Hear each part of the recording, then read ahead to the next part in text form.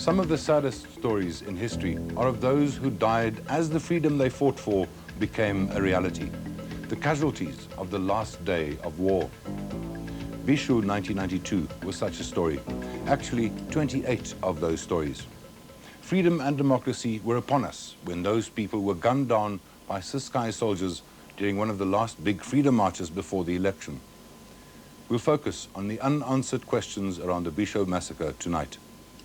We're also taking you into the madness of blind racism, a madness that destroyed the lives of 4 brothers and their 2 victims. And we show you how American talk show host Oprah Winfrey had her own mini-truth commission recently. But first, meet the victim who is also a perpetrator. Leonard Fendandal moved the audience at this week's Truth Commission sitting in Newcastle with his description of torture. But there were a few facts about himself that Fendandal didn't tell. And the Truth Commission didn't ask either for some reason. My path also crossed that of Mr. Fendandal. In 1990, the offices of the newspaper Vrye Weekblad was blown up. I was the editor of the paper. Fendandal admitted to the police later that he had planted that bomb. The commission earlier said, he referred to the security branch as the elite of the police.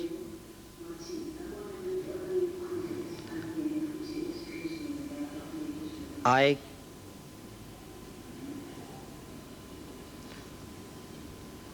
call them cowards, Mr. Commissioner.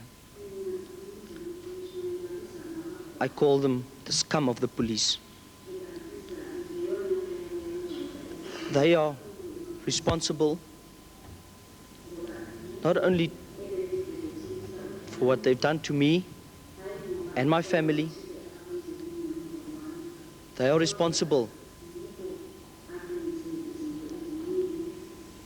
to that's happened to the whole community. Words often uttered by anti-apartheid activists who fell victim to the security police. But this man is no ordinary victim. I was involved in paramilitary groups, and the political objectives we wish to achieve, I don't think I at this stage want to elaborate on that. I would, at a later stage, elaborate more extensively on that in terms of indemnity or amnesty application. If he is reluctant, perhaps we should show you some of the highlights of this man's career. A man affectionately called My Little Fanatic by AWB leader Eugene Terblanche.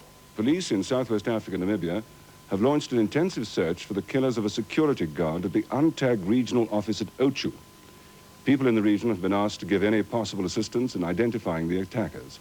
A substantial reward has been offered for information which could lead to the arrest of 3 suspects who attacked the office earlier this week. There have been no arrests by this evening. Our Windhoek news staff reports that the attack on the drill hall, which took place 3 minutes before the regional office was raked by automatic rifle fire, appears to have been a diversionary tactic. After the gunfire, 2 phosphorus grenades were thrown through the shattered windows, killing the security guard, Mr. Michael Huasep. Our Windhoek correspondent reports that the phosphorus grenades and the caliber ammunition used were standard issue in the SADF. Meanwhile, the search for 3 escapees and 2 accomplices who shot and wounded a policeman during a daring escape near Otjiwarongo, Namibia, has been extended to the South African-Namibian border. The wounded policeman, Constable Ricardo van Wyk, may have to be transferred to a hospital in Cape Town. Ozzy Gibson reports that UNTAG spokesmen have severely criticised the Southwest African police for not taking enough care in transferring the 3 men who are considered to be dangerous. The escape seems to have been planned well in advance and executed with military precision. Roadblocks were mounted on all the main routes in Southwest Africa and Namibia today and at the ports of entry and exit, but at least 1 sighting was reported from as far away as Virginia in the Orange Free State. The 3 men, Horst Klenz, who's a 52-year-old West German citizen and considered to be the most dangerous of the group, 23-year-old Leonard Fendandal, who was said earlier to have had connections with the RV Beer, and 22-year-old Daryl Stopwolf, both of Johannesburg, were to have appeared in court in connection with 7 charges relating to the attack on the UNTAG office at Ochu, including one of murder. The attack in August during the run-up to the independence elections in the territory shook the people of Namibia and cost the life of a security guard, Mr. Michael Huaseb of Windhoek. Although accounts in the local media today were sketchy on what exactly happened at the lay-by near Archiwarongo, it appeared that the 3 men were in the back of a police van with 2 young policemen in front. Die polisie in Namibia ondersoek 'n tweede aanklag van moord wat verband hou met die bomaanval in Augustus op UNTAG-kantore op Ochu en die daaropvolgende ontsnapping van 3 gevangenes. Die 21-jarige konstabel Ricardo van Wyk is gister aan beseringsdood wat hy opgedoen het toe die 3 gevangenes verlede maand naby Archiwarongo uit aanhouding ontsnap het.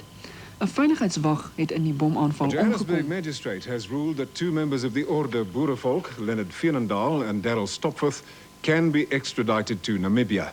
A decision now rests with the Minister of Justice, Mr. Kobi Kutsia, on whether the 2 should be handed over to Namibia to stand trial. Earlier today, a newly formed organisation, the Northern Natal Boer Commando, declared Northern Natal a false start. In the declaration, they stated their right to retain the land the Boer community obtained through negotiations with the Zulu nation a century ago. Leader of the Northern Natal Boer Commando and also leader of the Order Boerevolk is Leonard Fendandal. He was released from prison after a lengthy hunger strike with right-winger Piet Rudolph.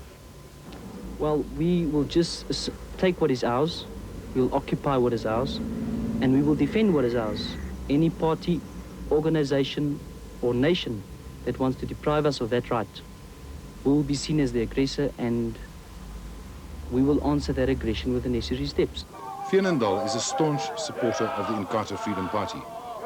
At this rally in April 1994, his Natal Boer Commando pledged their loyalty and protection to the Zulu King. Fendandal has played a key role in the military training of IFP militants.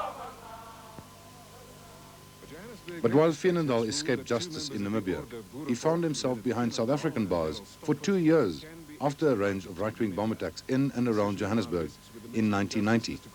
He says he was severely tortured. They put a gas mask over my face, which was painted black. And then they threw a bucket of water over me.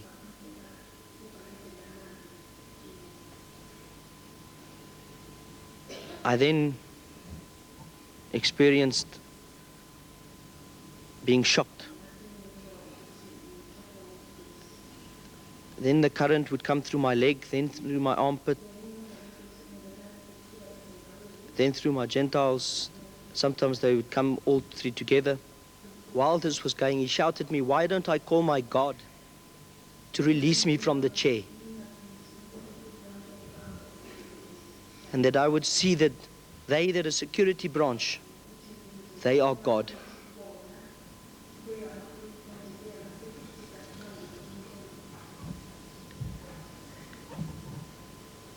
That not Mandela, that not Treurnig, Ter Blanche or de Klerk ran this country, but that they ran the country. The Major put his foot on my head and he said, "You can squash me like a bug."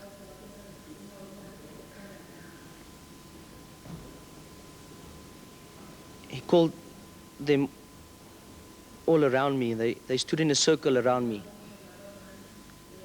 And they all proceeded to urinate over me because they said I'm a dog. That is what you do to a dog. I'm looking forward to Mr. Fendandal's amnesty application hearing. And perhaps our departments of Justice and Foreign Affairs owe the public an explanation why he has not been sent back to Namibia to stand trial. Let's move our attention to the Eastern Cape now, where the Truth Commission